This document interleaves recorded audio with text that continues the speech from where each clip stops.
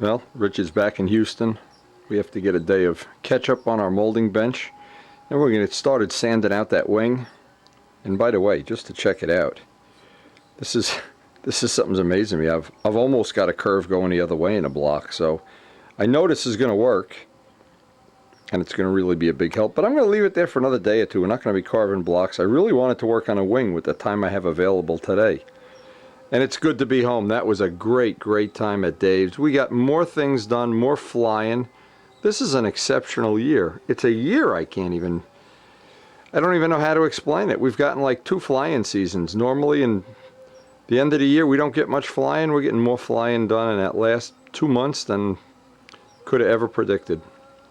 Anyway, gonna get that wing sanded out. And one of the first things I did this morning, put a little piece of 16 plywood and a little cap to confine that bell crank wire from going up and down. Trim it out. The total height is about 1/8 of an inch. That confines the bell crank. That's in permanently. You just want to rough cut the tips into shape before we start sanding the edges. Just by trimming these off, and I like to leave about 1/8 of an inch on there with a zona saw. And then block sand that in perfectly flat. Now we know this rib is in at 90 degrees, straight up and down, so it'll give us a nice flat, once it's sanded out, a nice flat to attach the wingtip to. We've got the center lines really lined up nicely. This wing is an exceptionally nice wing. This is, and each one of these just gets a little bit better and nicer. I roughed the leading edges in rough sanding, but I want to get that nice curve in there. I want to spend a lot of time doing that. I'm trying to make up a little hit list. My flap hinge pockets, because we use 6 layers of tape, we really should have used probably 4. They're thicker than the hinge, so I'm going to try to figure how I want to put little plugs in there somehow. All a little detailing on this, but boy, once this is sanded out, and I'll probably put the better part of the day into sanding it out, this really was a nice wing. And I'm hoping, of course, once that leading edge is done, once the trailing edge is done, this is going to make the heart and soul of a really good stunt ship.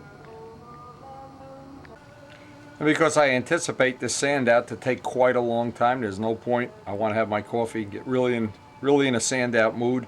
Get all the sandpaper and blocks and things. Now we roughed some of this sanding out up at Dave's, but we didn't put the final shape on. Well, I can pick up, I've roughed this out with the rough side of the carbide block, and the longer of a block I can use, hopefully the better of a shape I'll get on this.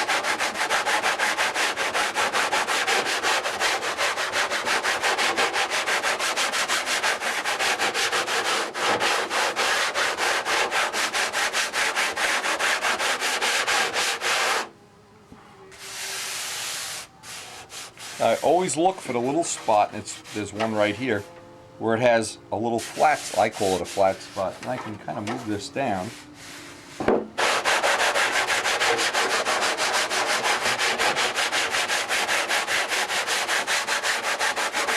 Yeah, we've had a really extended, we probably had a 9-month flying season this year, which probably means next year we'll have a 2-month season. But what can you do?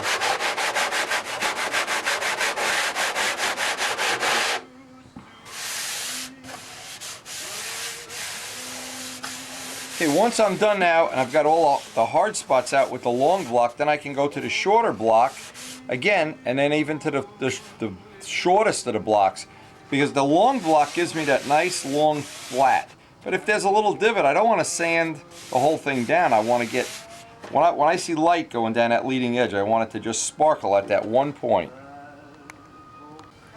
Now we have a whole bunch of these little sanding polywogs for doing a leading edge. And the one thing you don't want to do with these is, I just use these for the final hitting high spots. What happens if you're trying to do a square shape, you tend to dig in the edges.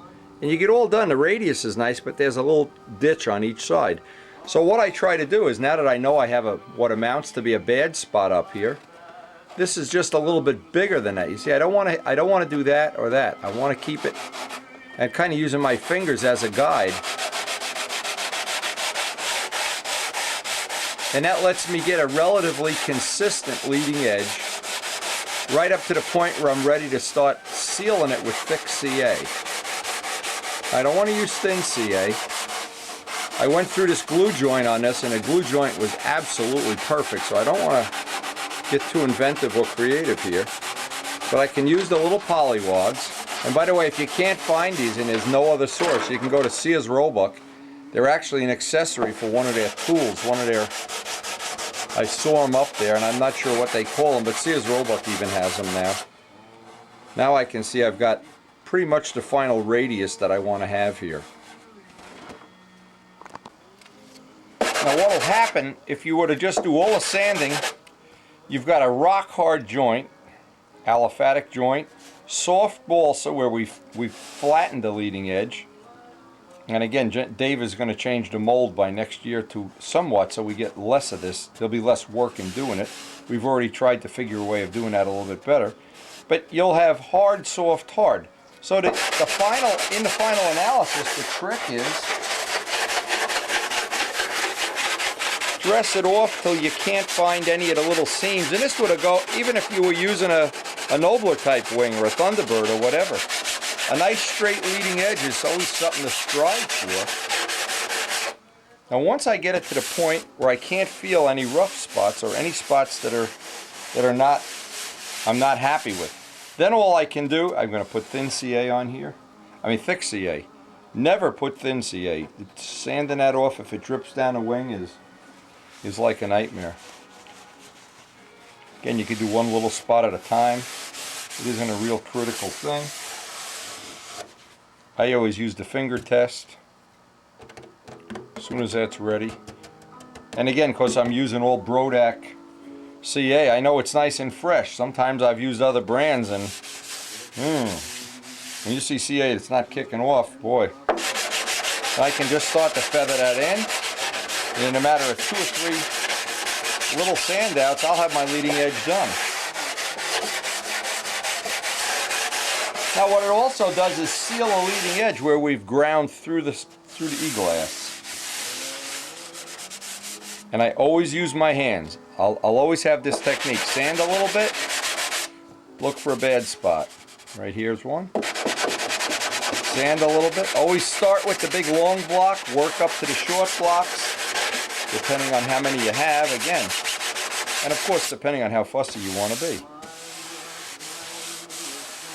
And once that's sanded out, and of course we've already gone through, we just repeat step A, step B 3, 4, 5 times until we have a little gloss on that raw wood. Then I know I've got the wood shaped. See the little gloss it leaves? I've got the wood shaped, and it's going to be hard, and I'm not going to have hard, soft, hard. It's going to be one continuous, I guess hardness would be the right word. Another thing that's easy to do when you're very happy with the shape, you can use some, we didn't have any of this up by Dave's.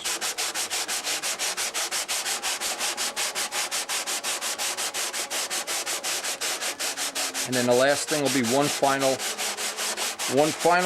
coat when I know I have it completely.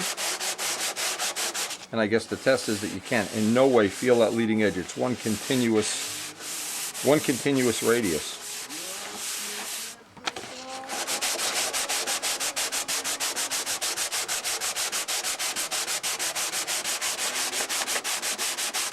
What was amazing up at Dave's was how close in weight all the wings were. They were within 3 grams.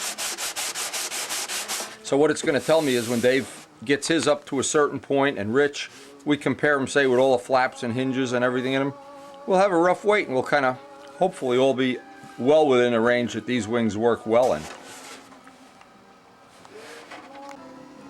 Now the next step, I want to work the trailing edge. I got the sticky back paper down there.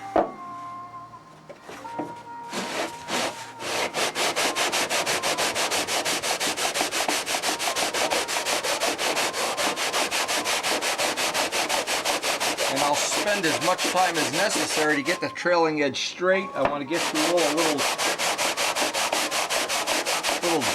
divots of that aliphatic resin and stuff. Then I'll monitor it along the way here. Make sure I have the edge nice and straight. should be fine. And probably by the time I'm done, at least if this is going to be the same as Rich Oliver's wing, we're going to be right down to the edge to where it's flat wood, but we know it'll be perfectly true, and then I can true up those hinge pockets. Now I can see this is just going to be a little time consuming, because I only have 220. I got to buy some rougher sandpaper. Really could use some 120, but for right now we'll just take our time and get this whole back edge dressed off. Now on some of the areas where there's a lot of glass off the end of the wing, I just want to get off the rough glass. And then we'll go back to the table once I get this roughed in. Because I don't have any of the really rough paper, or I just set up a strip of rough paper. I gotta fire the guy that's in charge of inventory control on sandpaper here.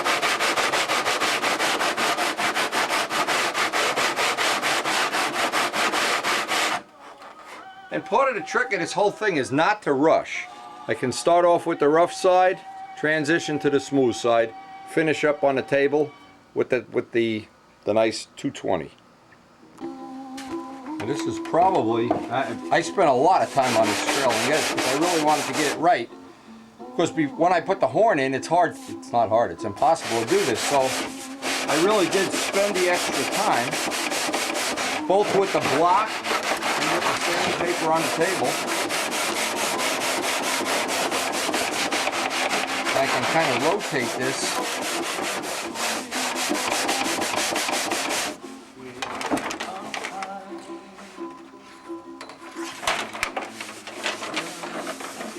And I like to go, because I really get a better grip where the gear blocks are.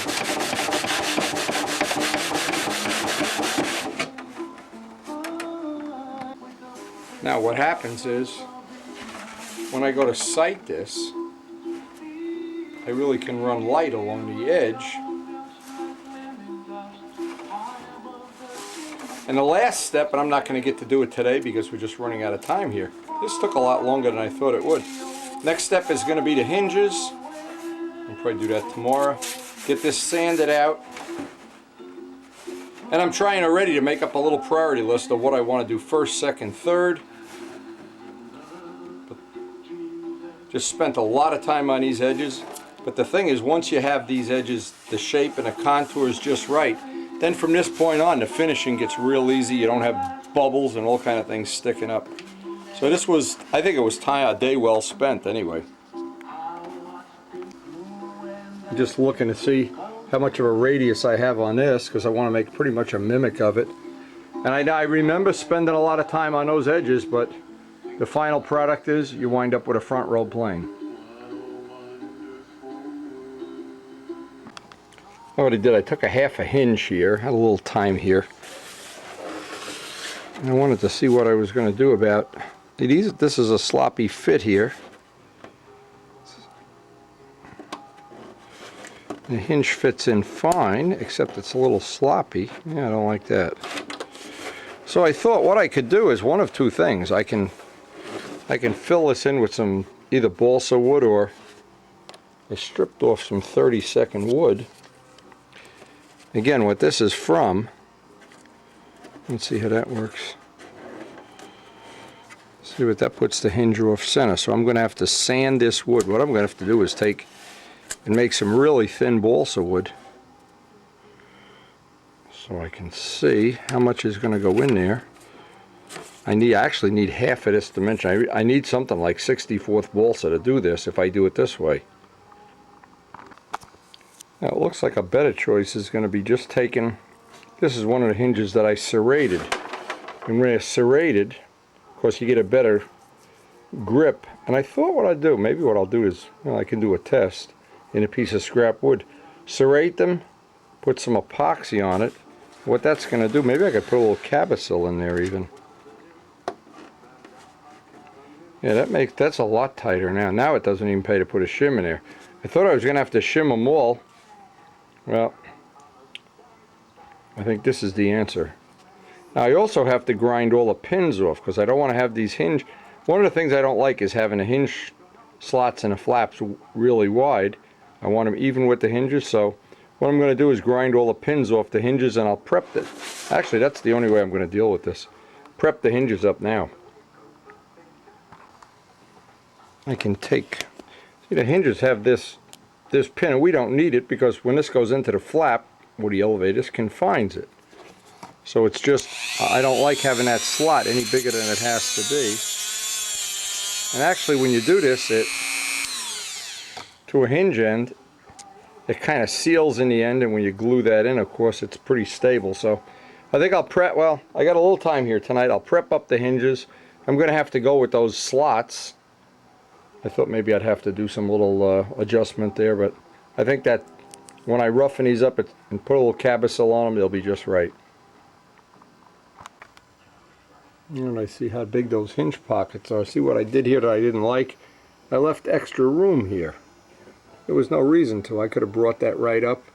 Smaller slot. I just think it would just probably look a little better. And on the Testarossa, the edges are ground down, so I just think that'll just be a better way of dealing with the little hinging issue. Now it's that time of year again, that at the end of a busy work day, it's nice to relax, come up and run the trains, and we'll be doing some modifications and updates on this, and hopefully get some more pictures in classic toy trains.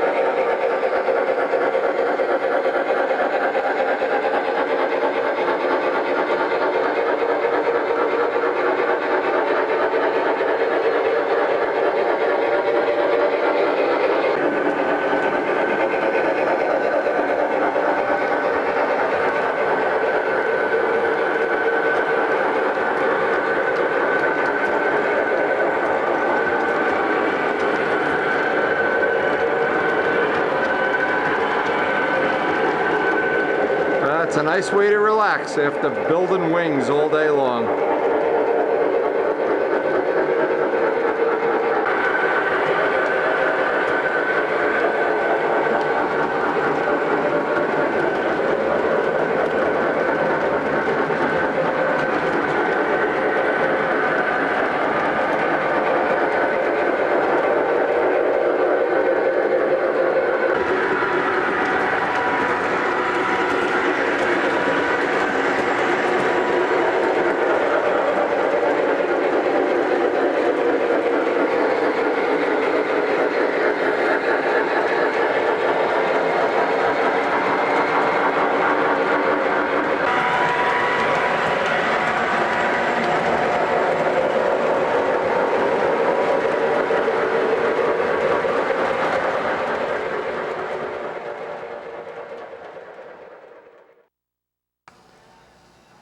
Okay, now our next step is going to be to block sand this out. We got both of the edges taken care of.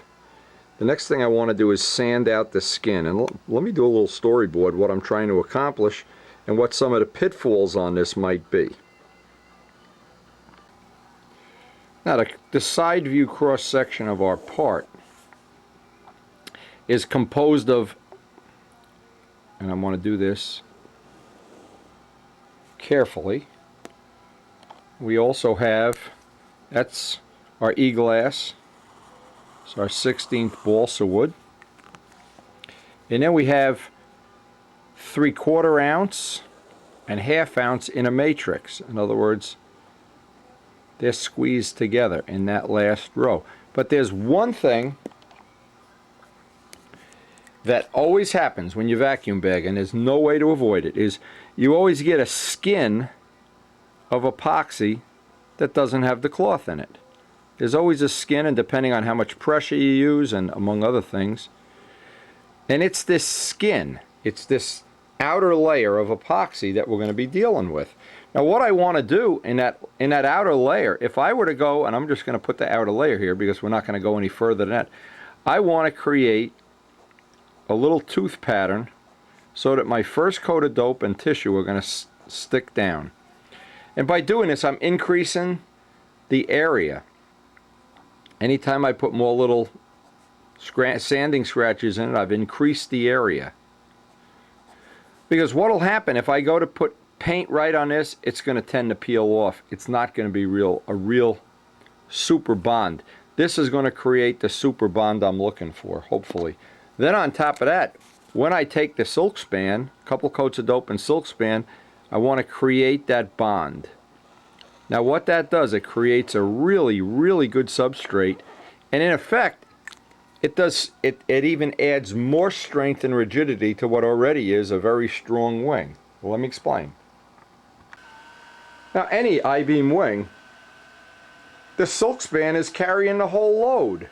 So now imagine if you were to go to fly this, if you ever made a monocoated I-beam plane, it might either be a horrible flexible plane or it'd fail in service. And it's because the dope is shrinking and creating strength as it shrinks. And by the way, that's the next article of mine in Control Line World. Explains some of that.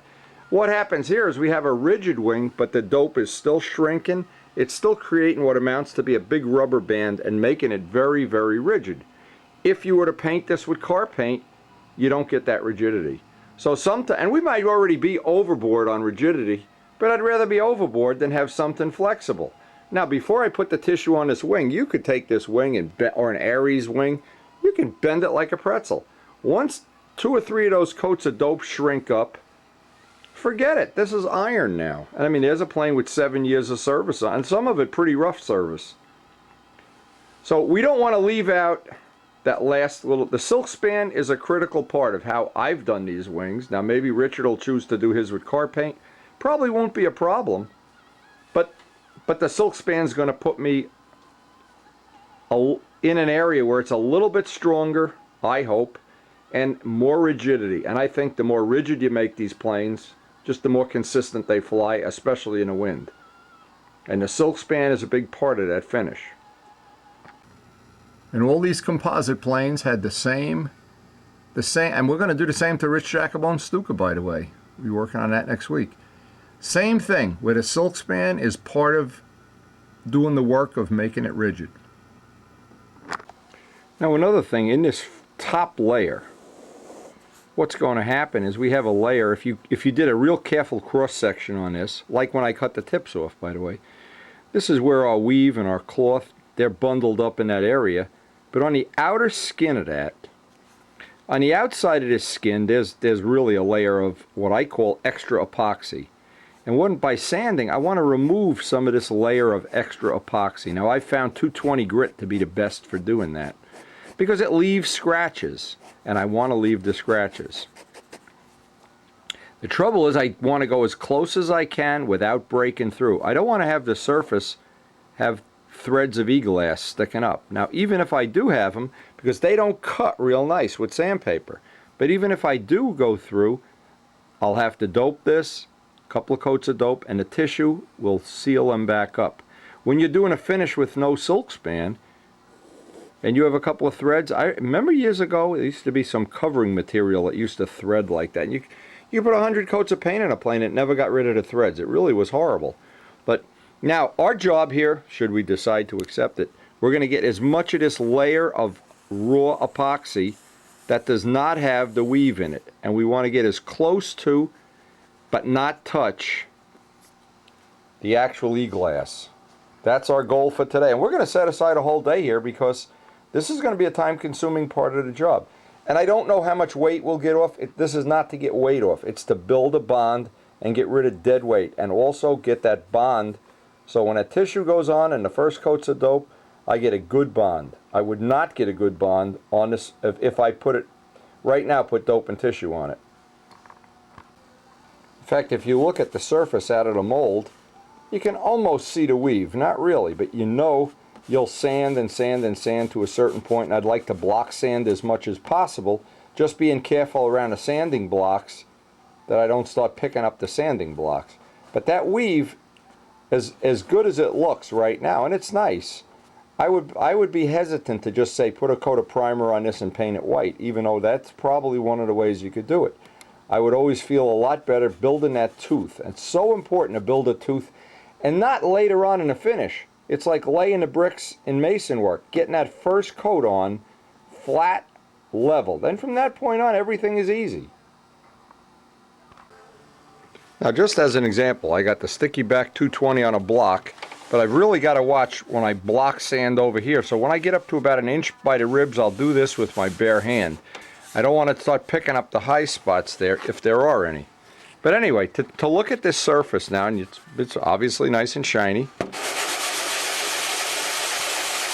And this is going to take some time. I'll be able to get a little bit of weight off, and I'll be able to get the surface prepped up so I know that all the hours of finishing I'll be putting on this plane are not going to go down a drain by pulling up the tape, whatever trim scheme we use on this plane, pulling up the tape and having a catastrophe where you pull it down right down to the fiberglass. And boy, that can really happen. Now notice I'm always doing the bottom of the wing first. The reason is, if I'm starting to get comfortable with this technique, and by the way, this is always your test, when the resin turns to powder.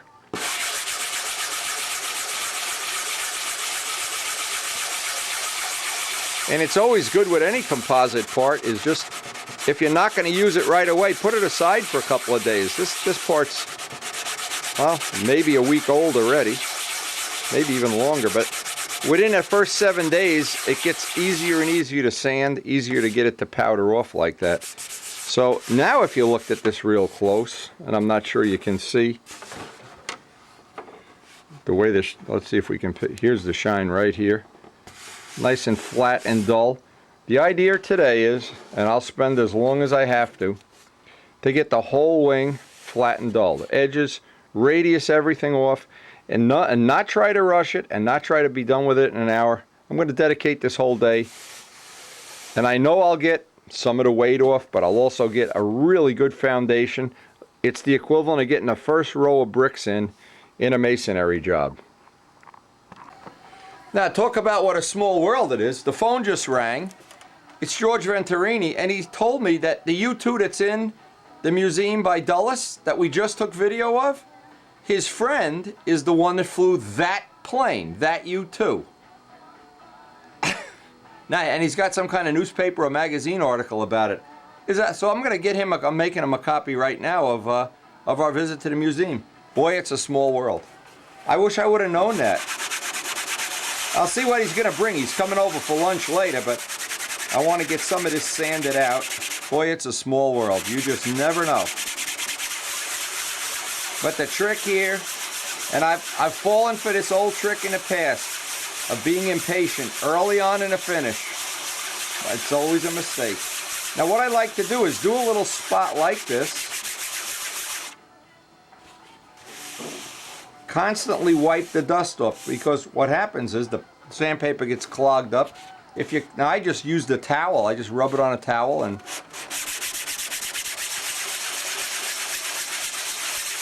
what a small world. We just saw Chick's U2.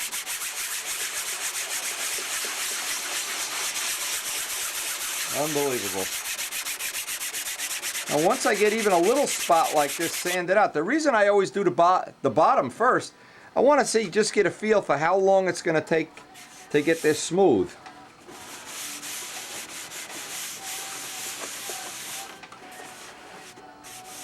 Oh, that feels nice. You can feel it with the back of your hand. You can just, when it's right, and that makes such a good base for a finish. Now, one of the things we had a problem with on the Testarossa was the joint. So I'm going to be real careful not to get this joint crooked, or that I have to fill it, or that what happened on the Testarossa, I made the block a little bit too hollow in the back. So I'm just leave a little tiny more material there and work on getting this joint right on the money if possible.